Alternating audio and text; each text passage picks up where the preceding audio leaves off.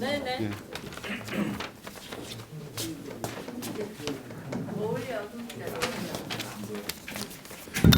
예, 지금부터 그 더불어민주당 공천을 받아서 방금 화성 가불병 지역에 그 21대 총선 후보자로 등록을 하신 세 분의 공동 기자회견을 시작하도록 하겠습니다.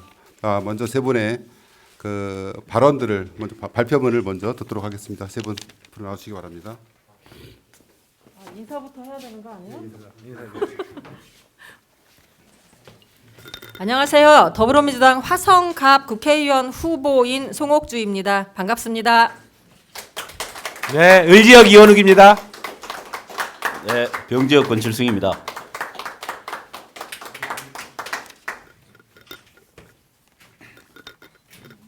코로나19로 상심이 큰 상황인데요. 저희가 출마 기자회견을 하게 됐습니다. 많이 양해 바라겠고요. 앞으로 선거 기간이 20일 남았습니다. 지금 화성 발전과 또 문재인 정부의 성공을 위해서 저희가 최선을 다해서 선거에 임할 계획이고요. 그리고 가불병이 모두 승리할 수 있도록 지금 원팀으로 활동을 하고 있습니다. 많이 관심을 가져주시기 바라겠습니다. 저희가 화성 가불병 21대 총선 후보 등록과 관련한 합동 기자회견문을 낭독을 하도록 하겠습니다. 오늘 더불어민주당 화성시 가불병 송옥주, 이원욱, 권칠승은 21대 총선 후보로 등록했습니다. 위기 속에서 새로운 도전을 통해 새로운 역사를 써온 대한민국 국민, 화성 시민과 함께 승리의 길을 떠납니다. 존경하는 국민 여러분, 그리고 화성 시민 여러분, 우리는 위기 앞에 섰습니다. 시민의 일상 속으로 눈물이 스며들고 있습니다. 그러나 지금 대한민국 국민은 세계가 부러워하는 참 이상한 나라의 모범을 보여주고 있습니다. 대한민국 국민은 모범적인 대응과 불굴의 의지로 새로운 역사를 쓰고 있습니다. 더불어민주당은 국가를 믿고 지금의 위기에 맞서 긴 싸움을 벌이고 있는 국민들에게 존경의 마음을 전합니다. 경제 위기 속에서도 좌절보다는 해낼 수 있다는 마음으로 위기를 극복하고 있는 국민들에게 감사를 표합니다. 민주당은 모든 국민이 안심할 수 있는 정책을 내올 수 있도록 최선을 다하겠습니다. 존경하는 국민 여러분, 그리고 화성 시민 여러분. 화성시는 가장 빠르게 성장하는 도시입니다. 세계가 주목하는 가장 젊은 도시입니다. 도시와 농촌의 상생 비전이 살아 숨쉬는 지역입니다. 더불어민주당은 성장, 상생, 그리고 혁신을 통해 화성 시민의 행복을 꾀하겠습니다. 혁신을 일으킬 수 있는 민주당 국회의원과 함께 화성의 새 시대를 열 수 있습니다. 이제 우리는 존경하는 화성 시민과 함께 위기를 넘어서고자 합니다. 서로 담쟁이가 되어 벽을 오르고 있습니다.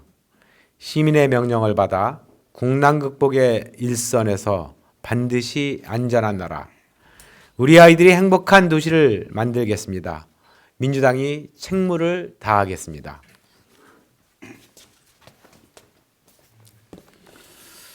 이번 총선은 문재인 정부의 안정적 정책을 지속적으로 실현하여 더 강한 대한민국을 만들어 나갈 수 있는 중요한 전환점입니다. 이 전환의 시기, 민주당은 반드시 화성 전역에 승리의 깃발을 꽂고 안전한 대한민국을 구축하겠습니다. 경제 위기를 극복하겠습니다. 더불어민주당 화성시 가불병 세 후보 모두 전 지역에서 반드시 승리하겠습니다. 그리고 공정선거, 민생선거를 통해 화성 시민의 긍지를 높이겠습니다. 화성 시민의 자부심이 되겠습니다. 4월 15일 승리의 그날까지 화성 시민과 함께하겠습니다. 고맙습니다. 고맙습니다. 네.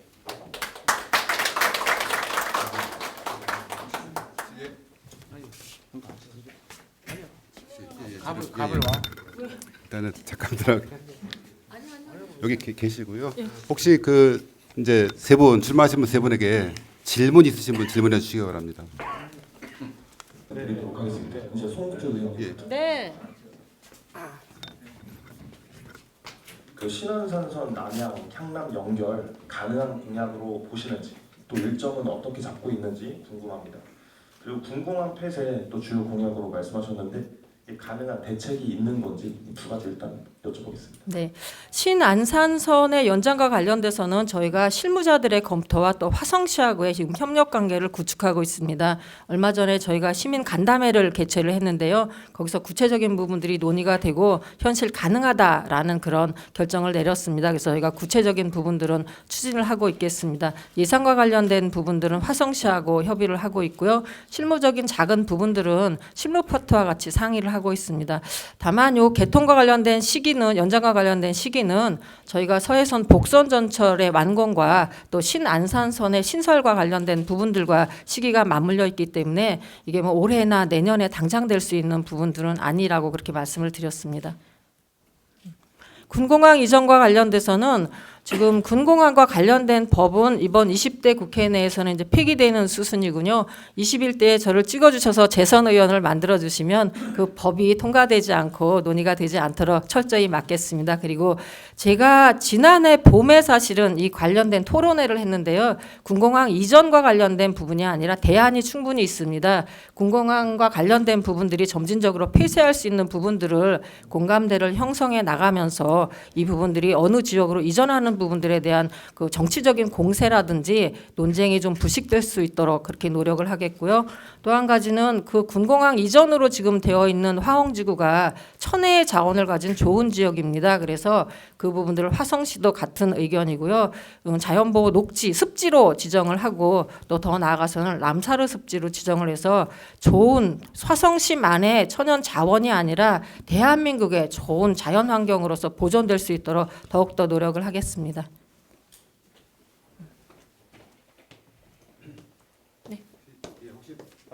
다른 질문 있으신가요? 예, 말씀해 주십시오. 네, 저 화성수의 이신재입니다. 성옥주 의원님께 아유, 갑자기 왜 저?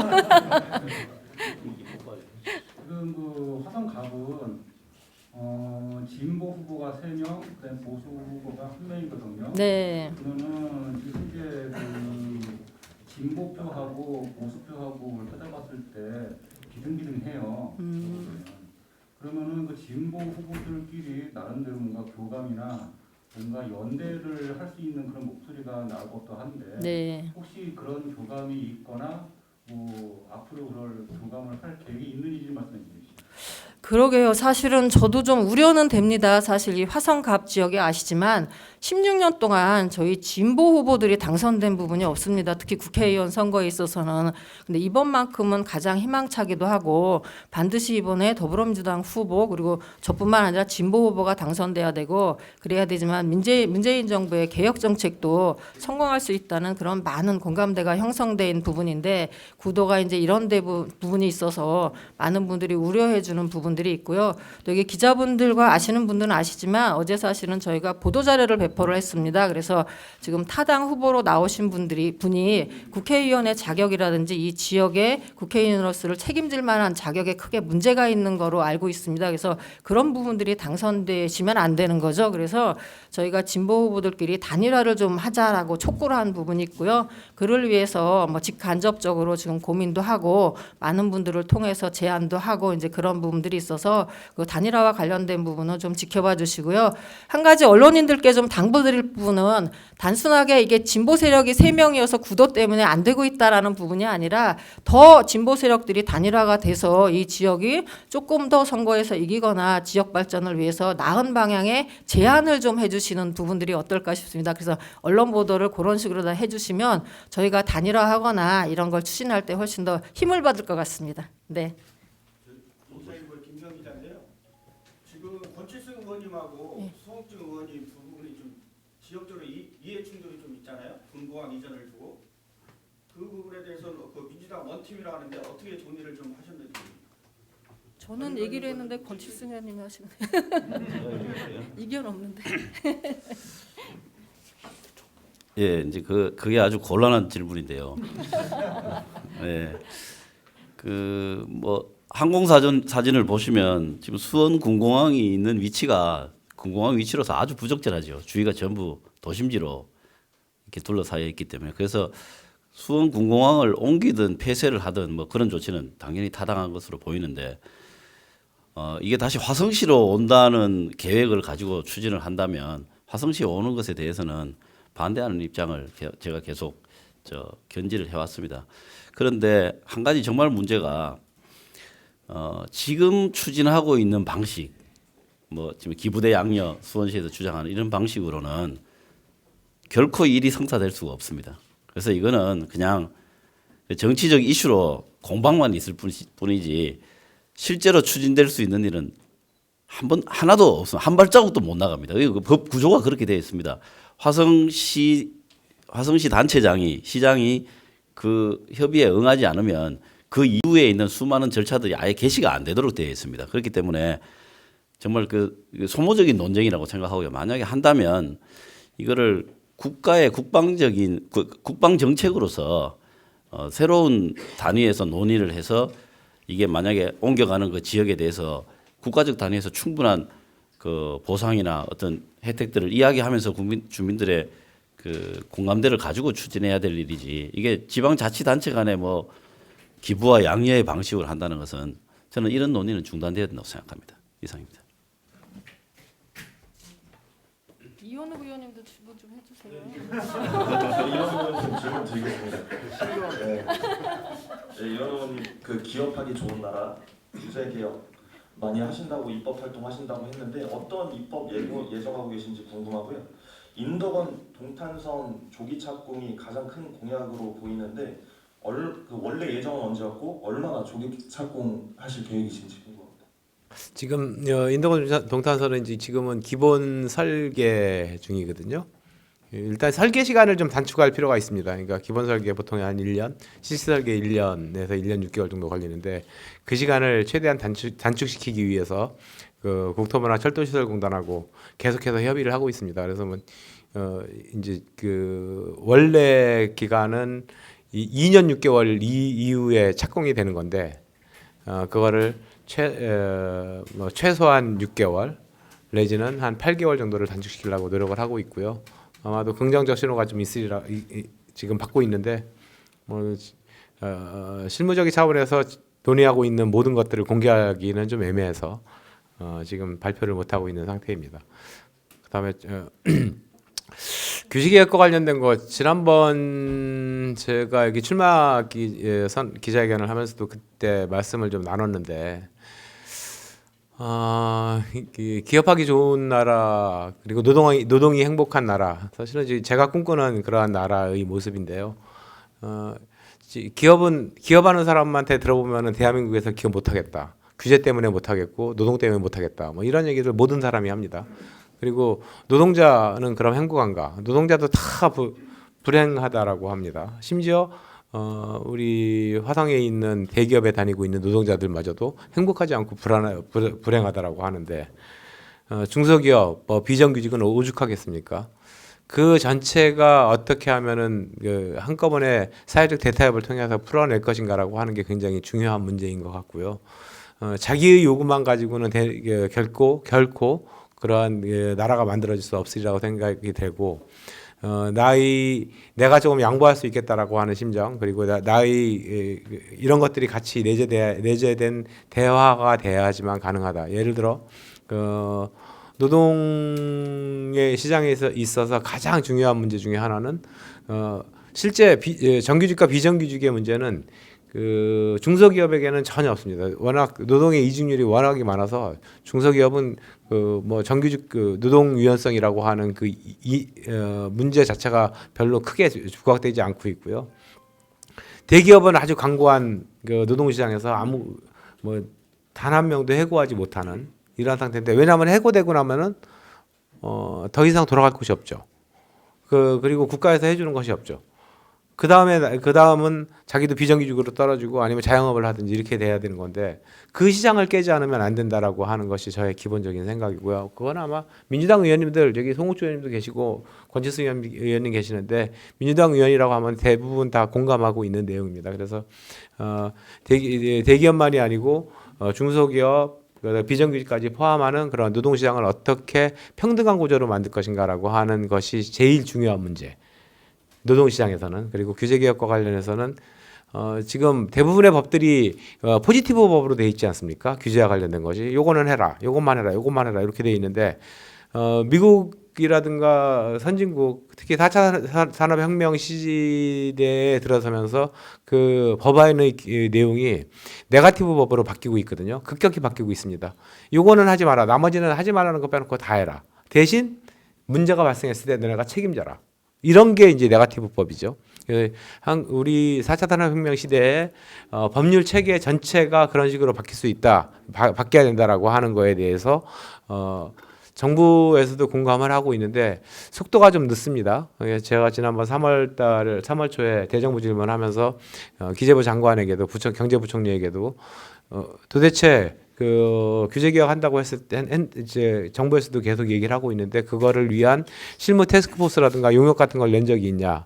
뭐 실무 태스크포스는 있는데 아직까지 용역 같은 건 낸 적이 없더라고요. 그래서 21대 국회에 들어가면은 실제로 네거티브 법으로 만들기 위해서 당정 간에도 노력을 하고 당내에도 TF팀을 만들든지 그리고 정부에도 TF팀을 만들도록 함으로 해서 정말로 규제 없는 그런 기업하는데 규제가 없는 나라. 다만 책임은 져야 되겠죠. 그런 법률 체계로 바꿔가볼 생각입니다. 됐죠? 네, 네. 세 분 후보님들이 이번 총선에서 당선되는 전제로 희망하는 상임위는 어디인지 갑부터 하겠습니다. 이런 거는 거꾸로 한번 해야 되는데 제가 아까 갑부터 해서 병부터 하겠습니다. 네, 제가 지금 하고 있는 상임위가 이제 산업자원위원회입니다. 산업자원위원회에서 계속 하고 싶은 생각도 있고요. 그다음에 그게 여의치 않으면 정무위원회에서 일해보고 싶은 생각이 있습니다.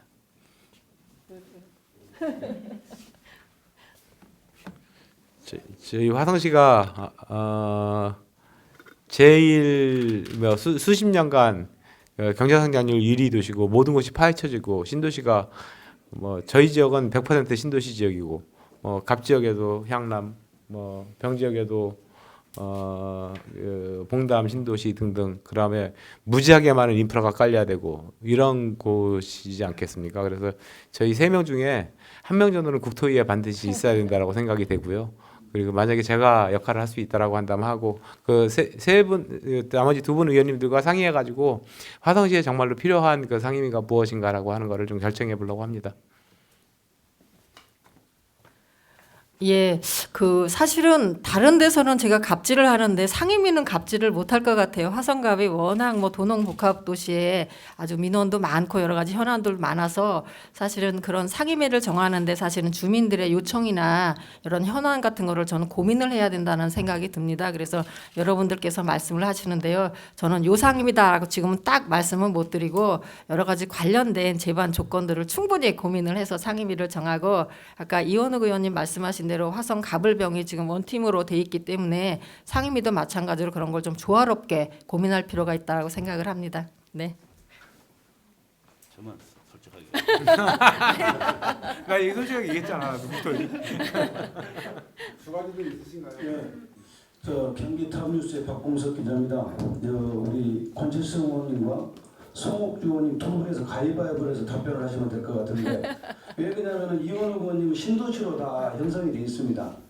지금 화성갑이 그리고 우리 병지역도 조금은 공장지대가 많아요. 굉장히 난개발인데 나머지 부분에서 공약도 큰 것도 좋지만 피부에 와닿는 이 난개발에서 어떤 대안이 있는지 그 공약이 어떤 이번에 그 공약을 할 생각은 있는지 난개발에 대해서 화성 갑하고 병에 소속돼 있습니다. 만약에 산자위.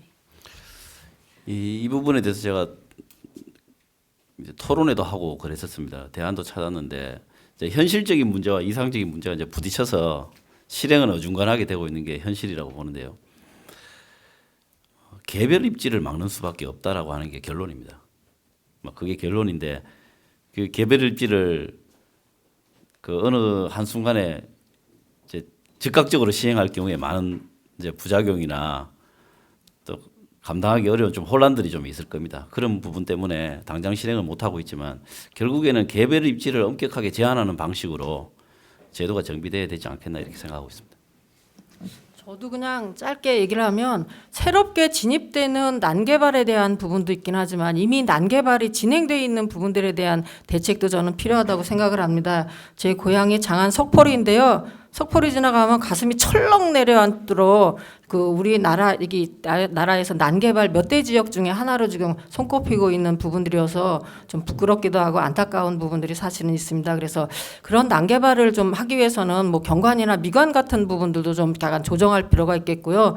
또 어느 기업하시는 분이 제안을 했는데 공장을 들어오더라도 뭐 조경이라든지 앞부분에 약간 자연 친화적, 환경 친화적인 부분들을 조금이라도 도입을 하면 주민이라든지 지역과 좀 조화롭지 않을까 하는 작은 그런 제안도 한 부분들이 있어서 사실은 앞으로의 난개발을 도입을 저지하거나 하는 부분도 필요하지만 지금 있는 부분들에 대한 부분들도 좀 더 화성시와 같이 고민을 해서 좀 검토를 할 필요가 있다고 생각합니다. 저도 네. 이거 한마디 할래요. 저도 한마디 해도 돼요, 본부장님? 제가 국회에서 난개발 대책 포럼을 만들어 가지고 수차에 걸쳐서 토론회도 하고 현장 방문도 하고 입법 관련된 문제도 좀 만들었는데 지금 아마도 20대 국회 그 입법 관련된 게 하나 정도는 통과될 것 같은데요. 그러니까 권치승 의원 얘기하셨듯이 그 개별 입지를 어떻게 방지할 것인가라고 하는 문제. 지금 우리 성장관리권역이라고 하는 게 국회법에 있거든요. 이 국회법의 성장관리권역을 성장관리 계획 구역으로 만들어 가지고 하는 법안들이 이제 나와 있습니다. 그러면 그건 이제 국토부하고 상의해서 충분히 상의해 가지고 만든 법인데요. 이 포럼의 결과물로 세계적으로 보면은 스위스 뭐 유럽 국가들 이런데 아주 경관이 좋은 나라들 가 보면 그 나라는 왜 이렇게 깨끗할까? 거기는 왜 난개발이 없을까? 좀 의문 들지 않습니까? 그러니까 우리는 우리 국회법에 보면은 도시 지역은 관리를 아주 촘촘하고 세밀하게 하는데 비도시 지역에 대한 관리가 방안이 아예 없습니다. 거기다가 이제 그 중에서 이른바 계획관리구역 이거 이제 난개발의 그 대표적인 지역이 되어 있는데 이 국회법에 나와 있는 성장관리권역을 확대 지정함으로 해가지고 그 비도시 지역 관리를 제대로 해낼 수 있는 법안을 만들기 시작을 하는 겁니다. 정부에도 반대하는 바가 없어서 만약에 지금까지는 못했지만 5월 임시국회가 아마 있을 예정이고요. 5월 임시국회 통과를 목표로 해서 지금 논의를 진행하고 있고요. 그다음에 두 번째로는 우리 송옥주 의원님 말씀하셨던 기존에 난개발된 지역을 어떻게 막을 것인가라고 하는 거예요. 실제로 규제가 있으면 나머지 인센티브도 있어야 되잖아요. 그 규제와 인센티브를 적절하게 조화시킨다라고 한다면 충분히 기존의 그 토지주들도 반대하지 않을 수 있는 제도를 충분히 만들 수 있다라고 하는 중간 보고 말씀드리도록 하겠습니다. 이제 한 가지 그 갑지역하고 병지역이 아까 군공항처럼 이해 충돌만 있는 게 아니고 이해가 같이 가는 게 훨씬 더 많습니다. 이제 대표적인 게 지금 신분당선 연장 건입니다. 그래서 이제 지금 광주에서 호매실까지는 좀 다른 방식의 예타를 통해서 통과를 했는데 전체 공사비가 한 9천억 정도 되는데 그 중에서 5천억 정도를 시민들이 직접 낸 광역교통 분담금입니다. 그래서 이제 봉담과 향담까지 연장하는 기본 계획은 있지만 실행으로 들어가기에는 이제 아직까지 많은 노력과 좀 시간이 필요하리라고 생각합니다. 지금 봉담이나 향남 쪽에서 많은 분들이 이제 원하고 계실 텐데 이제 일단 그 호매실 쪽하고 그런 이제 현실적으로 조금 다른 부분이 있기는 하지만 우리가 4년 이제 앞으로 당선이 될 경우 다음 임기 4년 동안에 뭐 동시 착공까지는 힘들다 하더라도 주민들께서는 동시 착공을 많이 원하시는데 그 부분에 대해서는 제가 정말 양심을 걸고 그렇게 할 수 있다고 말씀드리기가 좀 쉽지 않습니다. 그렇지만 최소한 실행할 수 있는 다음 단계까지 넘어가는 그런 것들을 위해서 우리 송옥주 의원님하고 저하고 최선을 다해서 노력하겠다는 말씀드립니다. 추가적인 질문 있으신가요? 부산타임 이상수입니다. 후보 등록 3분 축하드리고요. 좀 아픈 소리 한번 드리겠습니다. 4월 6일 계약을 앞두고 정부에서 코로나19 감염 확산 차단 정책으로 해서 사회적 거리두기 캠페인을 지금 하고 있지 않습니까? 적극 지금 추진하고 있는데 그럼에도 불구하고 정부 정책과 거기에 반하는 여러 사람이 모이는 이런 공동 기자회견을 꼭 해야 했는지 그 이유가 궁금합니다. 우리 이원욱 기자님께서 삼선 도전이시니까 한번 말씀해 주십시오. 이게 기자회견이라고 하는 거는 사실 국민의 알 권리에 대한 보장이라고 하는 것이 있거든요. 그러니까 어떤 부분에서는 좀 국민들께서 과도하게 무서워하고 계신다라고 하는 이런 생각들이 좀 있고요. 실제로 이 코로나19라고 하는 게 그렇게 뭐 건장한 사람들 그리고 특히나 밖에 다닐 때 외부에서는 감염 가능성이라고 하는 게 거의 없다라고 하는 게 질병관리본부나 전문가들이 하는 걸어 다닐 때 이럴 때는 뭐 하는 말씀 아니겠습니까? 그리고 저는 이제 이런 자리는 그렇게 위험하지 않다라고 생각이 들고 오히려 가장 위험한 게 식사 자리라고 생각합니다. 식사 자리. 근데 아이러니하게도 이런 모임에서는 굉장히 어렵고 뭐 불안하게 하다고 생각하시는 많은 분들이 식사 자리는 실제 가가지고 그 식사도 같이 하세요. 그러니까 이게 정말로 식사 자리는 위험합니다. 왜냐하면 어떤 식당 저희 동네 어떤 동탄의 어떤 식당은 반찬을 개별 조그만 그 그릇에 4개짜리 이렇게 만들어가지고 거기다가 나눠주시던데 저희는 한국 사회의 음식 문화라고 하는 게 국도 같이 퍼먹고 반찬도 같이 젓가락으로 퍼먹고 이런 문화지 않습니까? 거기는 침도 같이 섞이고 물론 평상시라고 한다면은 그것이 우리의 그 뭐라 그러나 항생력을 높이고 이런 데 훨씬 더 유용할 수 있다고 하더라도 지금 같은 경우는 굉장히 위험하고 실제 저희 여태까지 중앙당이라든가 아니면 국회라든가 이런 데서 회의하는 과정에서도 대부분의 이제 이 정도의 그 기자님들 이상을 모이시는데 그 정도는 그거는 국민에 대한 알 권리를 보장하기 위한 하나의 수순일 뿐이 없다라고 그렇게 말씀드리도록 하겠습니다. 예. 추가적인 의견 없으세요? 마무리. 여기서 막 네. 네, 감사합니다. 네, 고맙습니다. 보도 잘해주세요.